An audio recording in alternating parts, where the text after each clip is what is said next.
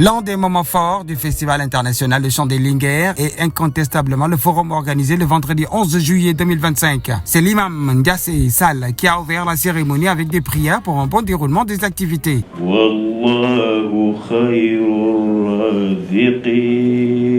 Dès l'entame des discussions, l'initiatrice de ce festival international chant des Linguères, l'artiste planétaire Kumba Gawlo, a tenu à rappeler les objectifs de cet événement. Je voudrais donc vous renouveler tous mes remerciements pour votre disponibilité, pour votre engagement à nos côtés. Mais aussi procéder à une petite présentation de notre programme qui est le Festival international chant des Linguères, qui nous a permis de nous réunir ici aujourd'hui.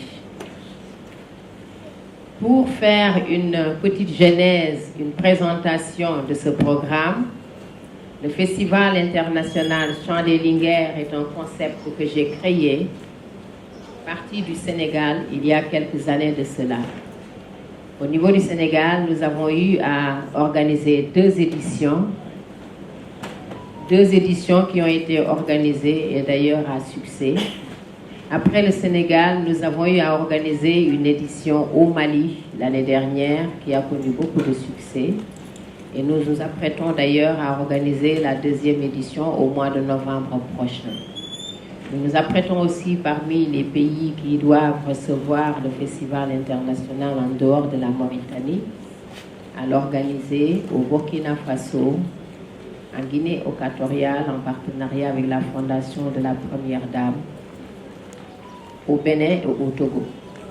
Le Festival international chant des Linguères, donc comme je le disais, est un concept que j'ai créé pour réunir les femmes, pour échanger des problèmes des femmes. Pourquoi une telle initiative? Parce que je me suis rendu compte au fil du temps que les femmes généralement ne sont jamais dans les instances où les lois sont votées, ne sont pas généralement dans les instances où l'on discute ou en tout cas où on décide des lois qui les concernent. Alors naturellement, en tant que femme, je me suis dit c'est pas normal.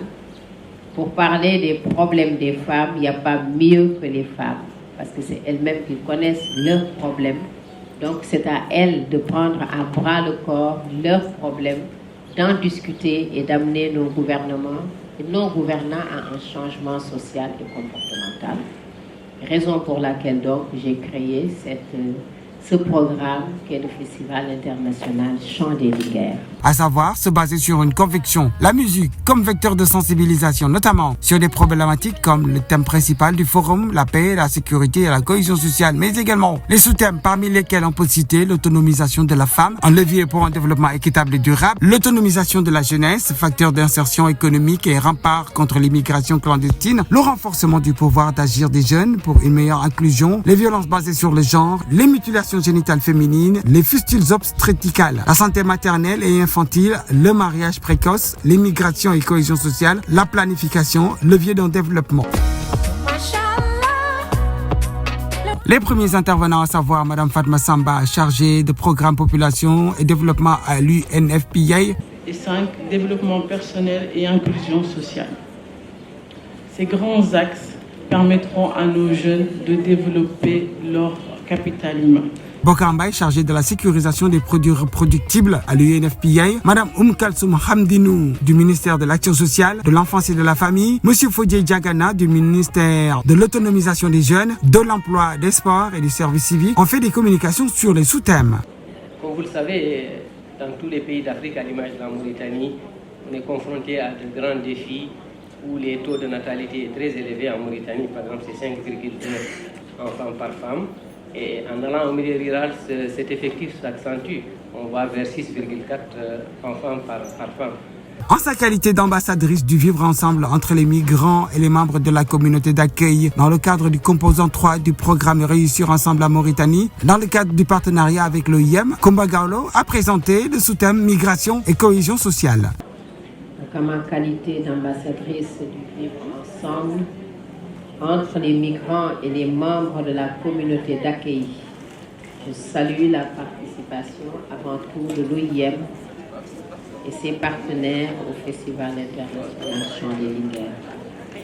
J'ai naturellement accepté de jouer ce rôle que je reçois comme une opportunité d'œuvrer pour la consolidation de la cohésion sociale par un partenariat renforcé avec l'OIM, Agence des Nations Unies spécialisée dans le domaine de la migration, en œuvrant pour une migration humaine et ordonnée pour le bénéfice de tous.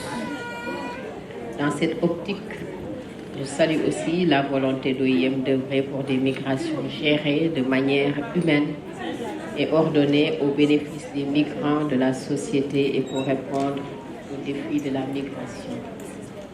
Si nous pouvions avoir un peu de silence, s'il vous plaît, derrière, ce serait une bonne chose. Merci.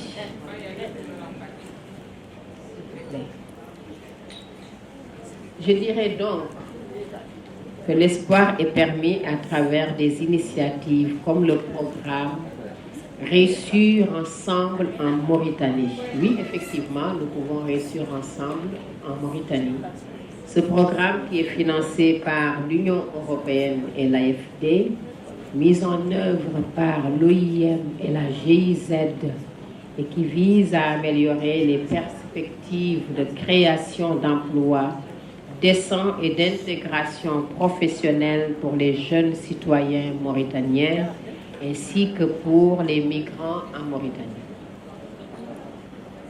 En effet, la cohésion sociale est une problématique majeure que j'aborde à travers mes œuvres et mes prestations artistiques. Ce n'est donc pas un hasard si le thème principal de cette présente édition du Festival international Chant des Linguères est la culture au service de la paix, de la sécurité et de la cohésion sociale et d'autres sous-thèmes.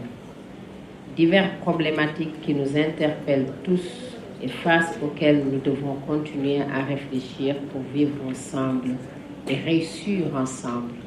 Ensemble, réussir effectivement en Mauritanie, c'est bien possible et c'est ensemble que nous pouvons le faire aux côtés de l'OIM, à travers l'OIM et la main dans la main. Merci beaucoup. D'autres participants ont également pris la parole pour apporter leur contribution au débat. Madame Séni Aïdara de la société civile, Madame Ramaba au nom de Madame Zenebou Zaleb Moussa, présidente de l'association pour le bien-être de la mère et de l'enfant, présidente de l'association mauritanienne pour le bien-être de la mère et de l'enfant, Linguère du développement, Madame Mariem Khan, directrice générale de l'artisanat, des métiers, de la promotion de l'économie sociale et solidaire, Linguère du développement également, les jumelles de Madame Mounina Tolba, Linguère du développement également, au nom de leur maman, et Madame Lisa Washington Sow, expert consultante, Mademoiselle Aïcha Sow au nom des jeunes, Imam Ibrahim Thiam au nom des religieux et Habib Sall, communicateur traditionnel. Une résolution finale a été lue par Abdelmalik Sissé, animateur, présentateur de Gomédia Kumba Gawlo. Pour clore les débats, a ensuite remercié les autorités étatiques, les partenaires, notamment le ministère de l'Action sociale, de l'enfance et de la famille, le ministère de l'autonomisation des jeunes, de l'emploi, des sports et du service civique, le ministère de la culture, des arts, de la communication, mais également l'OIM, l'UNFPA, le PNUD, Mouvement Retail, MCN, Taziest, Sono Assurance, Gomédia, Label Sabar et Go Dakar TV.